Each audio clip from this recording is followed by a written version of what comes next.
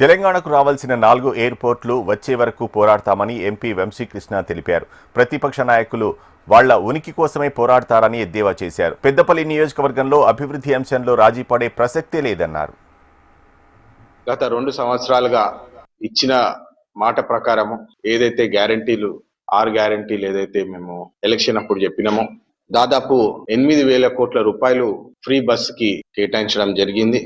మళ్ళా 500 రూపాయల gas cylinder కి దాదాపు 700 కోట్లు కేటాయించడం జరిగింది.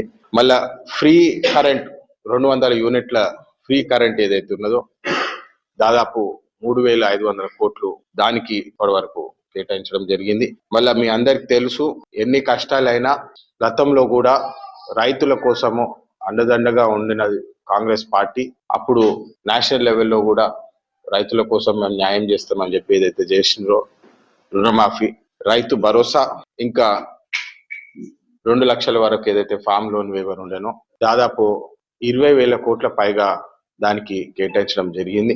మళ్ళా మీరు చూస్తున్నారు, ఇందిరమ్మ హౌసింగ్ చాలా పెద్ద ఎత్తున డిమాండ్ ఉండే. గత 10 సంవత్సరాలు మీ అందరికి తెలిసిన విషయమే. ఆర్థికంగా ఎన్ని ఇబ్బందులున్నా, నేను ఈ నంబర్లు ఎందుకు షేర్ చేస్తున్నా మీతో అంటే, ఆర్థికంగా ఎన్ని ఇబ్బందులున్నా మా రేవంత్ రెడ్డి గారు, కాంగ్రెస్ పార్టీ, రాహుల్ గాంధీ గారి ఆదేశాల మేరకు ఇచ్చిన మాట మీద మేము కట్టుబడి ఉండాలా.